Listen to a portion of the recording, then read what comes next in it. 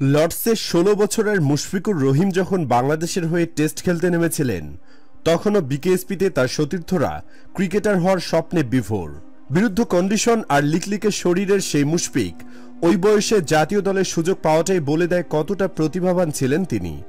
তবে অল্প বয়সে অভিষেক হওয়াটাই যেন মুশফিকের জন্য ক্ষতির কারণ হয়ে উঠল। অনেক প্রত্যাশা নিয়ে দলে আসলেও নিয়মিত পারফর্মার হয়ে উঠতে পারছিলেন না। তবুও বিসিবি তার উপর আস্থা রেখেছে, যার প্রতিদান বছরের পর বছর ধরে দিয়ে যাচ্ছেন মুশফিক। একটা সময় রানের জন্য হাপিত্তেশ করা মুশফিক কিভাবে এত সফল একজন ব্যাটসম্যান হয়ে উঠলেন, ক্রিকেটার হয়ে ওঠাটাই বা কিভাবে, বিস্তারিত জানতে পুরো ভিডিওটি দেখতে থাকুন।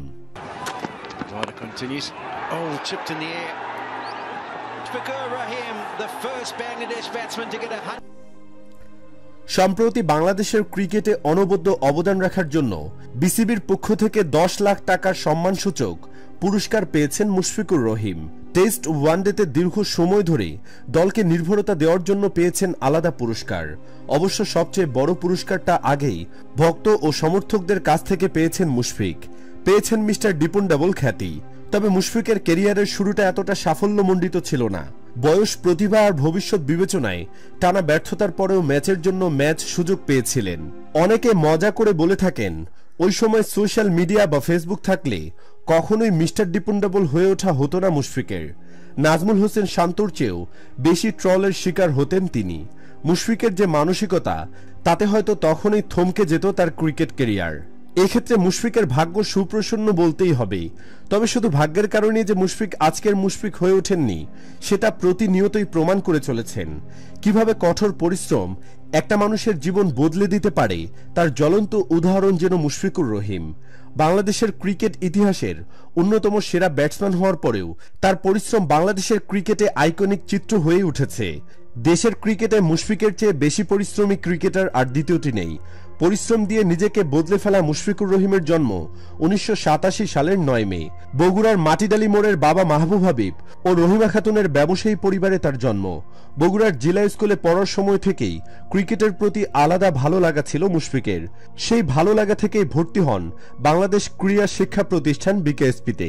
এরপর শুধুই মুশফিকের এগিয়ে যাওয়ার গল্প। পরিবারের সমর্থন থাকায় ক্রিকেটার হয়ে উঠতে খুব একটা সংগ্রাম করতে হয়নি তাকে।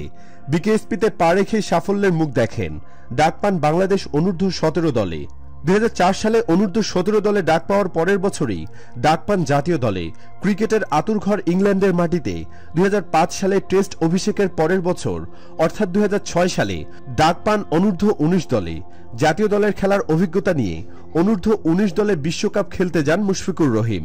সাকিব আল হাসান, তামিম ইকবাল ও মুশফিকুর রহিম আন্তর্জাতিক ক্রিকেটে খেলা ৩ ক্রিকেটারকে নিয়ে বিশ্বকাপে যাওয়া বাংলাদেশ কোয়ার্টার ফাইনালে উঠলেও সেখানেই থেমে যায় তাদের যাত্রা।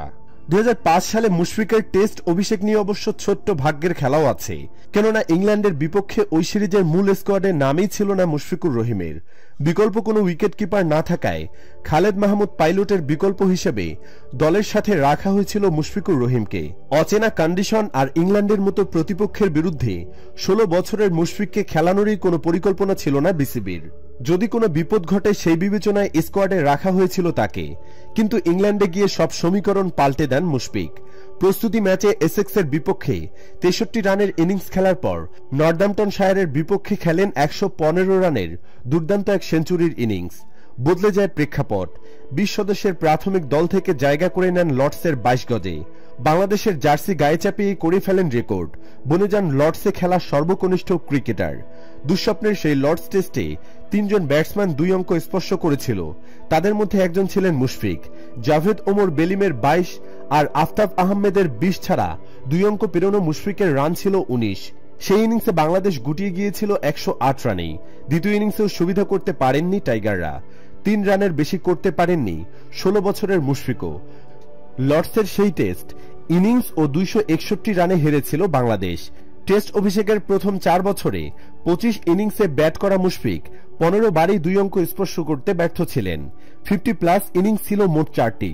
পরের বছর ওয়ানডেতে অভিষেক হয় মুশফিকের। জিম্বাবুয়ের বিপক্ষে অভিষিক্ত সেই সিরিজে অবশ্য সুযোগ হয়নি নিজেকে মেলে ধরার। ২ ম্যাচে ব্যাটিংয়ের সুযোগ পাননি। তৃতীয় ম্যাচে ১৮ রানে অপরাজিত ছিলেন। তবে ২০০৯ সাল পর্যন্ত টেস্ট ওয়ানডে কিংবা টি-20 কোনো ফরম্যাটই ধারাবাহিক হতে পারেননি। কালেভদ্রে রান পেলেও ব্যর্থতার পাল্লাটাই ছিল ভারী। মুশফিকুর রহিমের ধারাবাহিক ব্যর্থতার সুযোগে আলোচনায় আসেন ধীমান ঘোষ। কেননা ততদিনে খালেদ মাসুদ পাইলটকে অতীত ভাবছিল বিসিবি। সুযোগও পেয়ে যান ধীমান ঘোষ, বাদ পড়েন মুশফিক। তবে ধীমান আইসিএলে যোগ দিলে মুশফিকের আর কোনো প্রতিদ্বন্দ্বী ছিল না, যে কারণে টানা ব্যর্থতার পরেও নিয়মিত সুযোগ পেয়ে গেছেন। 2009 সাল থেকে মুশফিকের কেরিয়ারের বাগবদলের শুরু বলা যায়, কেননা ওই বছর থেকেই ধীরে ধীরে ধারাবাহিক হতে শুরু করেন। এরপর থেকে ইনজুরি ছাড়া কখনোই পারফরমেন্সের কারণে দল থেকে বাদ পড়েননি। 2009 সালে মাশরাফি বিন মুর্তজা ইনজুরিতে পড়লে অধিনায়কত্ব পেয়ে যান সাকিব আল হাসান, সহ অধিনায়কত্বের দায়িত্ব পান মুশফিকুর রহিম। 2 বছর পর অধিনায়কত্বও পেয়ে যান। জিম্বাবুয়ের বিপক্ষে হতাশাজনক পারফরমেন্সের কারণে সাকিব আল হাসানকে অধিনায়কত্ব থেকে সরিয়ে দেওয়া হলে সেই জায়গাটা নেন মুশফিক।